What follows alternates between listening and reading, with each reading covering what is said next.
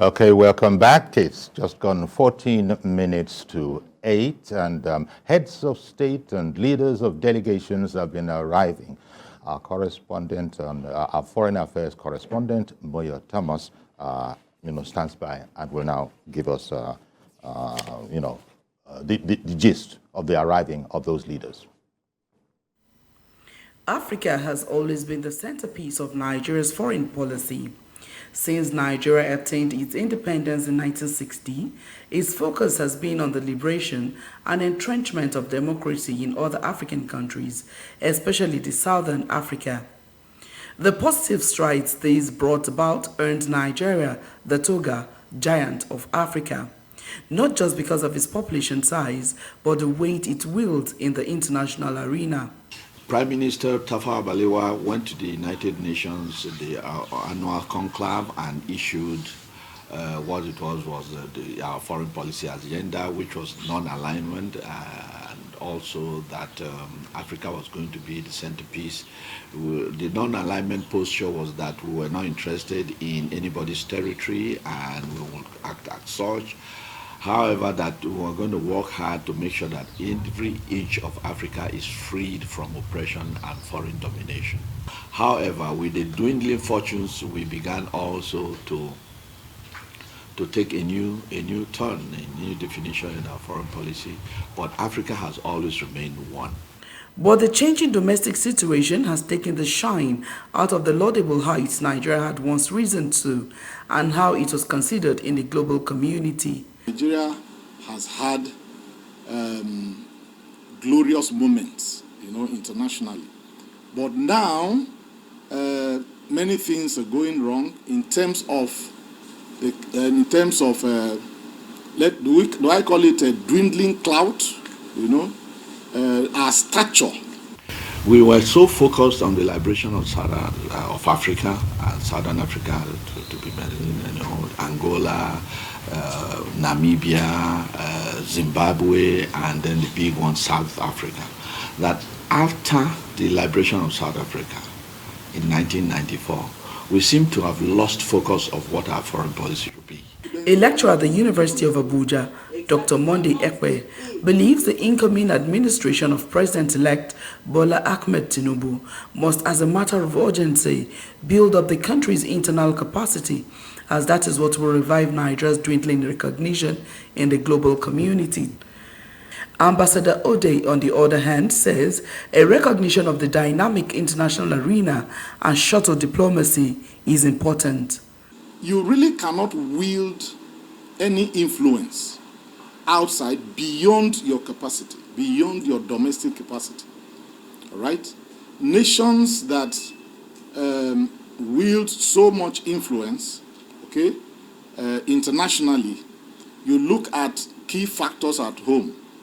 One, maybe the economy, how the nation fares in terms of capacity, economic capacity. Hope that President Tinubu will formulate policies that will get Nigeria out of the insecurity that we find ourselves today.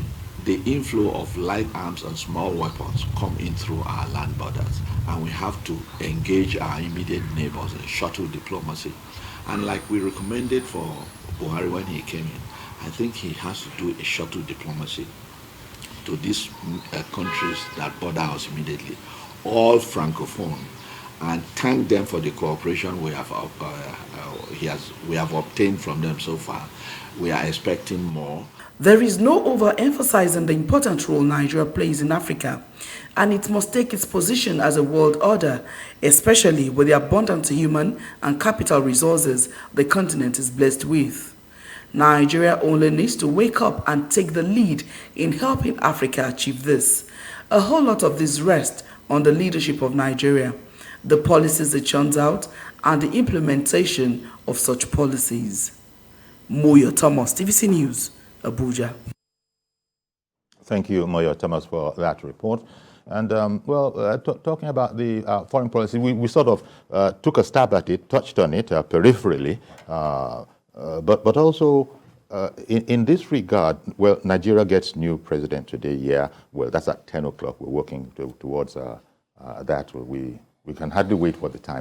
But when you look at it, Asiwaju Bola Ahmed Tinubu has always, one of his pet loves, I think, has been this matter of human capital development, not just in Nigeria, but across the African continent.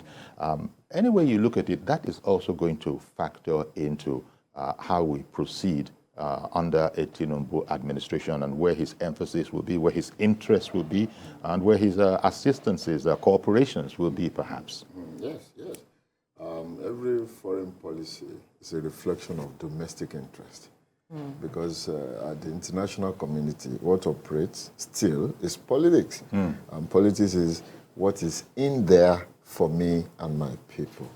Over the years, we have not had it too good in terms of what is in there for Nigerians. In the 70s and the 80s, maybe towards 90s, we had a lot of people traveling out of the country. But it suddenly changed to another dimension that you call Japa a few years ago, like 10 years ago. And I tell people there's a distinction between traveling out to explore opportunities in the context of globalization.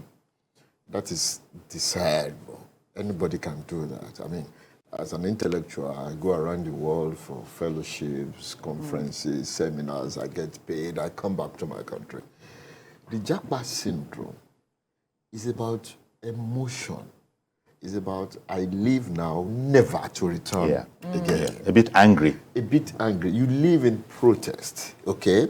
Now, our foreign policy this time must reflect very deeply on this, because Nigeria is losing its resources to the world. How possible is it for countries of the world to assist us in resolving this problem of Japa while we solve the problem at the domestic level? It's one aspect of foreign relations that I think the president must talk about. Two, terrorism is a global problem. It does not reside in Nigeria alone. It's across Africa. So no country on its own will stand up to be able to solve the problem of terrorism. To what extent are we going to rework our foreign policy frameworks to liaise with nations of the world that are sincere with us towards assisting us in addressing the issue of terrorism? And then you can go on and on and on. But the philosophy behind everything is that this is the time for Nigeria to remember, because the Nigerian state knows, but to remember and perhaps emphasize again that foreign policy is best when it protects domestic interest. The interest of Nigerian people must be the center of the foreign policy of this administration. Well, talking about protection, there's also the matter of the welfare of citizens outside the country. Even though we have our internal issues, how we are treated outside the country is a matter that a majority of persons have spoken about and are not happy with. Look at xenophobic attacks in South Africa, for instance. And you also see the situation with Russia, how we had to, it took a while for us to get some people out. And we just recently saw the Sudan issue, the Sudan issue, where some Nigerians, it took over weeks for us to get evacuate Nigerians back into the country, and the president had to intervene before we found a solution to that. How do you? This matter is also a matter of foreign policy for some persons. How the government should address that is also a matter for a lot of persons. So I'm wondering what you want to put forward as an agenda for it all starts from the domestic arena. I made an allusion to this when I started. How do people look at you on the streets of their country when they see you there? Do they see you as a man from a respected country who perhaps is here to pursue legitimate causes? Or they see you as a man who was frustrated out of his country and is in search of desperate desperate ways of survival. If the latter is the answer, you can do the best foreign policy frameworks in the whole world. Nobody is going to respect your citizens. Nobody is going to treat your citizens well.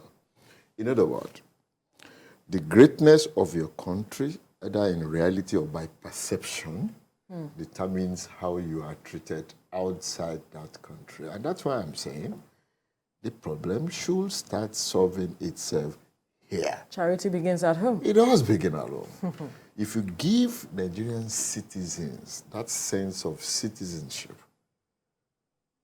they will do what they do with the pride of being Nigerians. As of today, the way the Nigerian political system has been rendered for the past 80 years, I doubt if we have citizens anymore. What we have are just members of the public. Really? Citizenship is an emotive thing. Yeah. It's sentimental. Yeah. It has to do with feeling. It's not paper.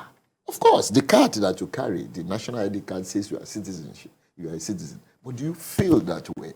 It's better for you to feel that way without carrying the card.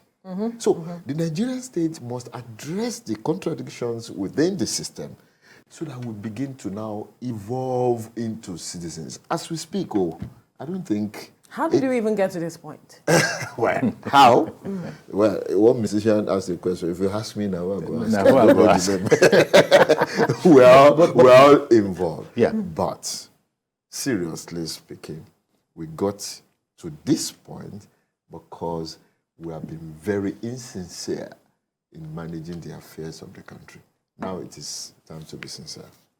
You know, and I take particularly the point you made, Kade, about whether people feel emotionally Nigerian. It's one thing to carry That's a the meaning of passport, citizenship. but exactly. It's a Do you feel passionately about it? And there was a time when Nigerians felt passionately proud. course. Now Nigerians are calling themselves Germans, Canadians, Americans, Australians, and there has always been that. But it's going to go back to what you were speaking about earlier, where it's about what you do as the leaders to give people the sense of pride and belonging, and in their own country. Definitely. Okay, well, we're going to have to take another break, and in terms of a time check, it's just 1 minute, one solitary minute to 8 o'clock, when we expect the commencement of the ceremonies proper to commence from 10 o'clock. But in the meantime, we'll just take this quick break.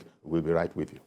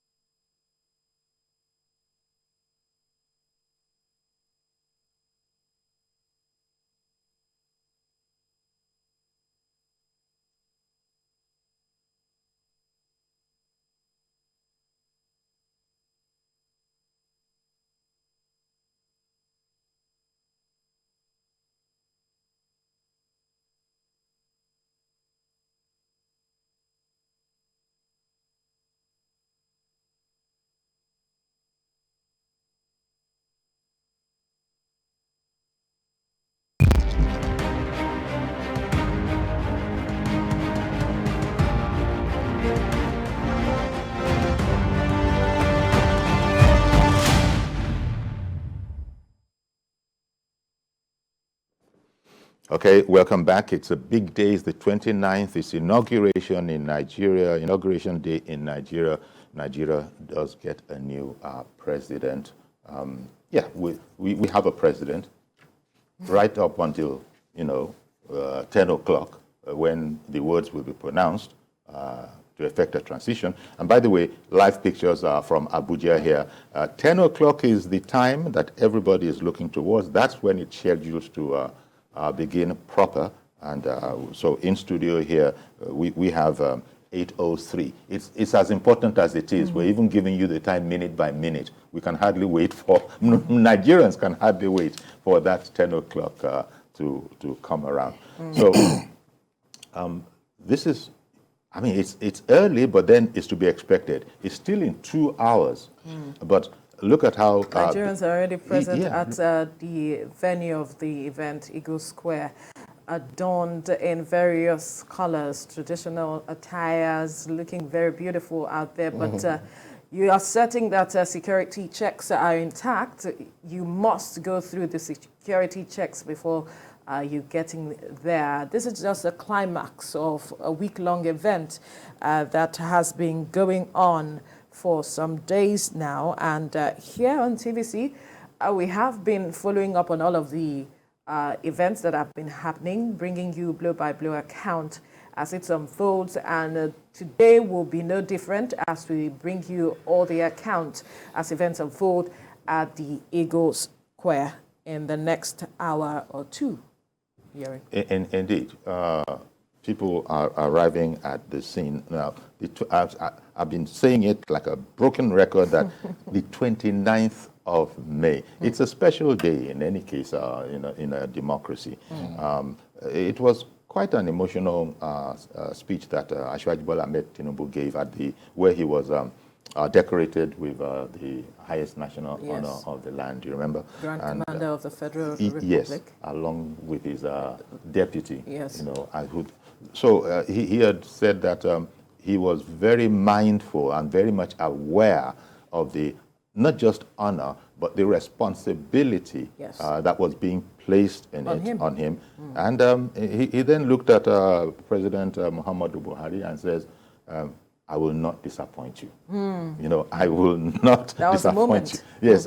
So it shows how seriously, but one would expect no less anyway, how seriously he is committed to this job that he has taken 30 years to prepare for. Right. And even the President Buhari, while he made this speech yesterday, affirmed that he believes in the president-elect, which he has always said, even after the president-elect emerged as the winner of the presidential election. He said that they have been together on this journey for the past 10 years. And so he believes that the president-elect, who is to become the president in some few hours, would deliver on governance and his promises to the nation. In fact, I think the president, Muhammadu Buhari, said that he can't think of a better person. He's so very happy handing over the reins of governance, not to say power, to Tinubu to continue the baton.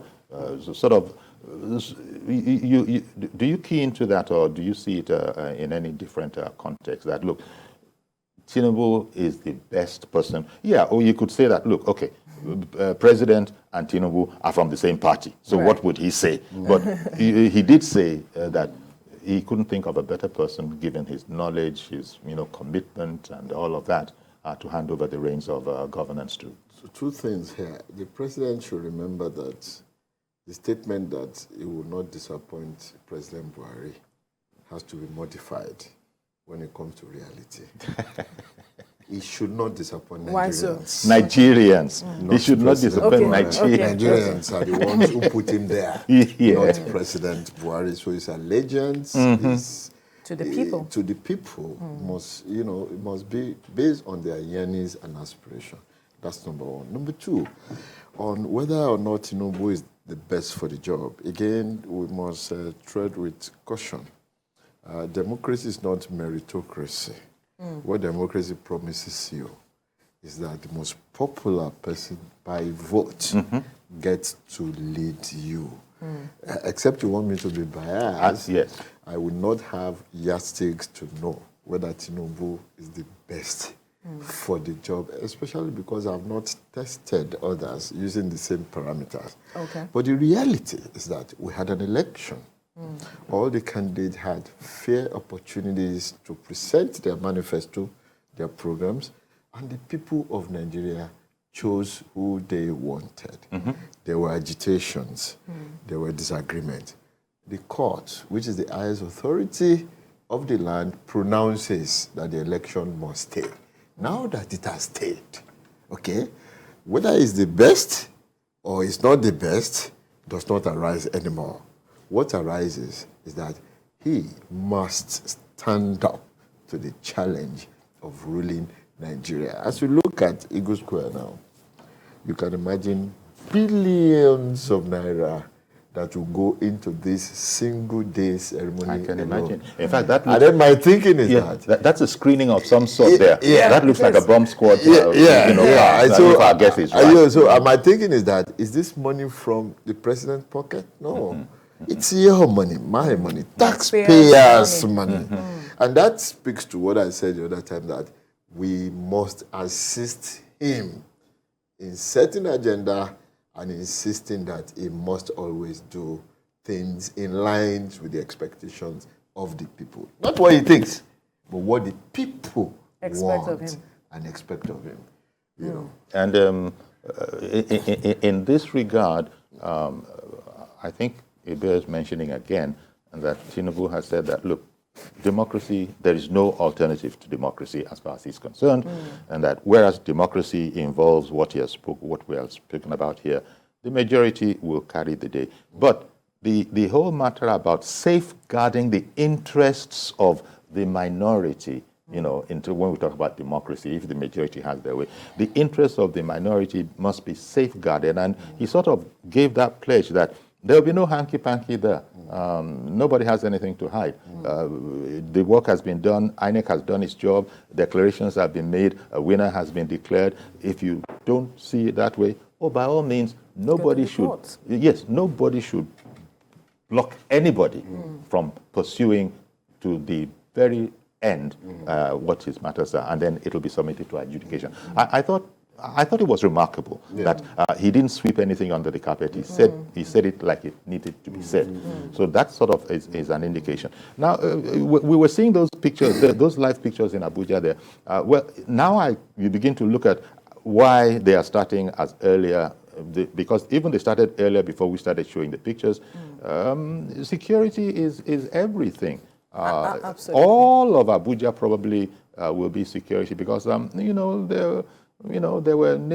were some protests, that were being mentioned. So look, they probably wanted to make assurance doubly sure and not leave anything to chance.